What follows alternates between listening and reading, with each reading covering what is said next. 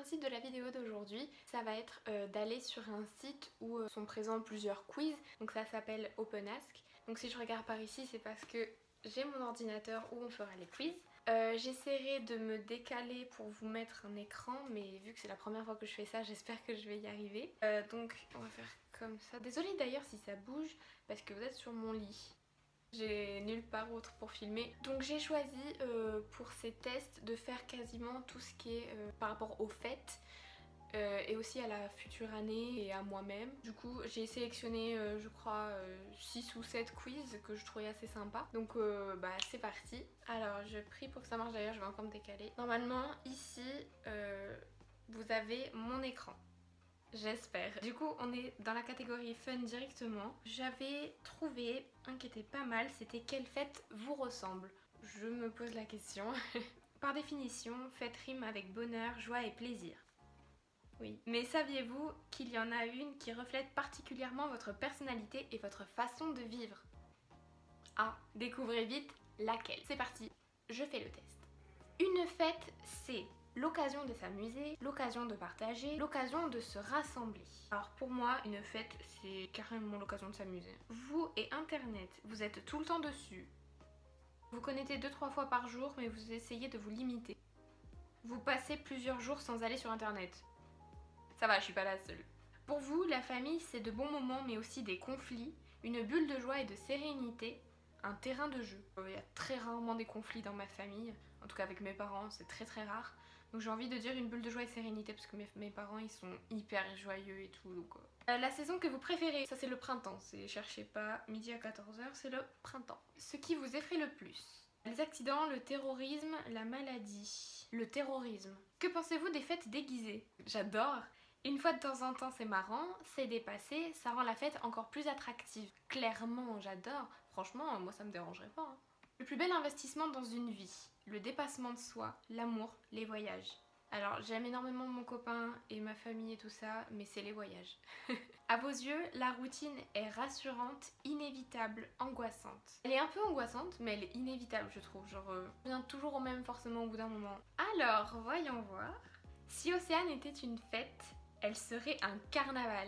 En vrai, pourquoi pas? C'est vrai que je suis hyper joyeuse, je rigole tout le temps. Mais bon, à ce qui paraît, je suis le carnaval. Sortir déguisée ou masquée dans la rue pour chanter, danser et jeter des confettis, c'est le dada de Océane. Oui. À tel point que si elle était une fête, elle serait un carnaval pour la joie de vivre et l'insouciance qu'il dégage. Grave. Océane n'aime pas se prendre au sérieux et voit toujours le bon côté des choses. On ne peut que passer du bon temps en sa compagnie. En fait, c'est grave une éloge là, merci. On va faire un deuxième test. Du coup, j'ai trouvé un autre test qui s'appelle Quelle magie est en vous? Je me le demande bien. Je trouvais que magie, ça allait avec les fêtes. Toute femme est fée, tout homme est magicien. Seulement très peu s'en souviennent, disait le poète Julos Bocarne. Et vous, que vous soyez femme ou homme, à quel magicien ressemblez-vous? Ah, c'était pas ça que je voulais, mais ok. Si on me donnait un objet magique, je choisirais une baguette ensorcelée, un sceptre de pouvoir, un miroir magique. Une baguette ensorcelée, attendez, c'est trop ouf. Vous faites les courses le plus souvent en supermarché discount, dans un magasin bio ou sur internet. Moi je vais dans un supermarché et je vais dans les rayons bio. Du coup, je vais dire supermarché quand même. Quelles seraient selon moi les qualités indispensables d'un magicien? La curiosité et la détermination, l'imagination et la sensibilité, la maîtrise de soi, l'instinct et l'intuition. Je vais dire l'imagination et la sensibilité. Si j'étais une créature imaginaire, je serais un dragon redoutable, une licorne magique, un lutin vieux de 300 ans. Je me dis qu'une licorne magique, si je veux, je peux avoir des ailes. Du coup, je vais prendre la licorne. Le sort que j'aimerais pouvoir jeter. Un sort pour voler, un sort pour me rendre invisible, des boules de feu. Un sort pour voler. J'ai tendance à écouter plutôt la petite voix, de ma passion, de mon intuition, de ma raison, de mon intuition. C'est vrai que je fais toujours à l'intuition. Si j'étais un oiseau de magicien, je serais un aigle royal, une chouette chouette, un hibou jovial. Écoutez, moi je serais une chouette chouette, hein, clairement. Au soir de ma vie, j'aimerais pouvoir me dire, j'ai donné et reçu autant que je pouvais donner et recevoir, j'ai aimé autant que je pouvais aimer, j'ai accompli tout ce que je souhaitais accomplir. Clairement, j'ai aimé autant que je pouvais. Ah, le résultat. Je suis trop contente. En magicienne, Océane serait Harry Potter. Océane est Harry Potter, le héros de Poudlard. Les pouvoirs de Océane sont aussi nombreux et variés que ses centres d'intérêt. Ses sortilèges ont la puissance de son enthousiasme et la précision de sa passion. Sa magie est celle d'un être ouvert d'esprit et curieux de tout, un être qui sait que le savoir est le plus grand des pouvoirs magiques. Waouh, c'est trop cool! Alors, on va en faire un autre de quiz un peu moins marrant pour moi, vous allez voir. Alors, le futur test. Combien de kilos allez-vous prendre pendant les fêtes? Je me le demande bien. J-7 avant les fêtes. Hanter les grands magasins à la recherche de mes derniers cadeaux. Intensifier mes séances de sport. Travailler comme une acharnée pour avoir l'esprit libre pendant les fêtes. Je hante les grands magasins. Vous faites le plus souvent vos courses chez, je veux dire Intermarché. Pendant les fêtes de fin d'année, il m'arrive souvent d'être repu, voire dégoûté de la nourriture. D'avoir une bonne crise de foie. De faire quelques petits excès, ouais je fais des petits excès clairement. Pour bien supporter les inhabituels apports caloriques des festins de fête. Je fais des siestes digestives. Mange moins de pain. Bois beaucoup d'eau, ouais. Lors du festin de Noël, je ne risque pas de me priver de bûches, de crustacés, tout court. Tout court, wesh. Et je consomme avec modération l'alcool, je ne bois pas d'alcool. Tous les petits amuse-bouches qu'on mange compulsivement sans même s'en rendre compte. L'eau. Avec modération, ouais, les petits amuse-bouches, hein. Je peux manger beaucoup le soir de Noël et ne rien manger le lendemain pour faire honneur à la cuisinière et parce que ça m'arrive une fois par an, parce que c'est la tradition. Je vais manger beaucoup pour faire honneur à la cuisinière. Je n'ai vraiment plus faim au moment crucial du dessert. De toute façon, je ne mange pas de bûches parce que j'ai faim. Je cale, désolée. La gourmandise est un vilain défaut et je craque quand même. C'est juste pour goûter. Je sens qu'ils vont me dire que je vais prendre 10 kilos. Ouais, c'est un vilain défaut, hein, mais juste pour goûter. Le résultat. Pendant les fêtes, Océane va faire quelques petits écarts. Je m'attendais au kilo. Bien sûr, je vais faire des petits écarts.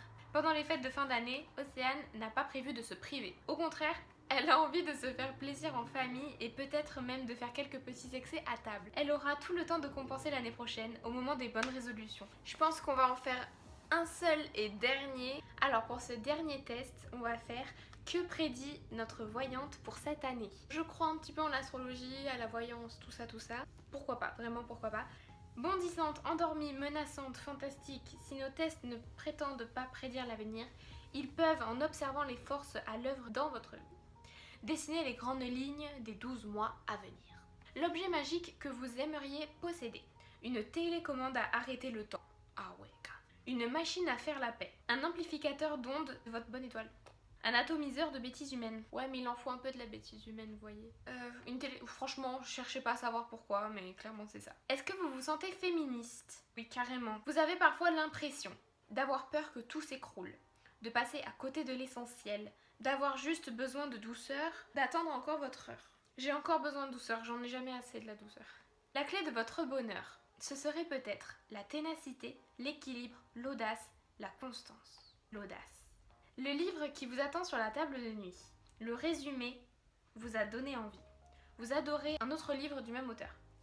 Un ami vous a dit que c'était un livre qui faisait du bien. Vous voulez savoir pourquoi tout le monde en parle. En vrai, c'est parce que c'est le même auteur. Des fois, je kiffe lire tous les livres du même auteur. Actuellement, votre cœur est déjà aux couleurs du printemps, bondissant. Il est en hiver, il hiberne, se voit déjà en vacances l'été prochain.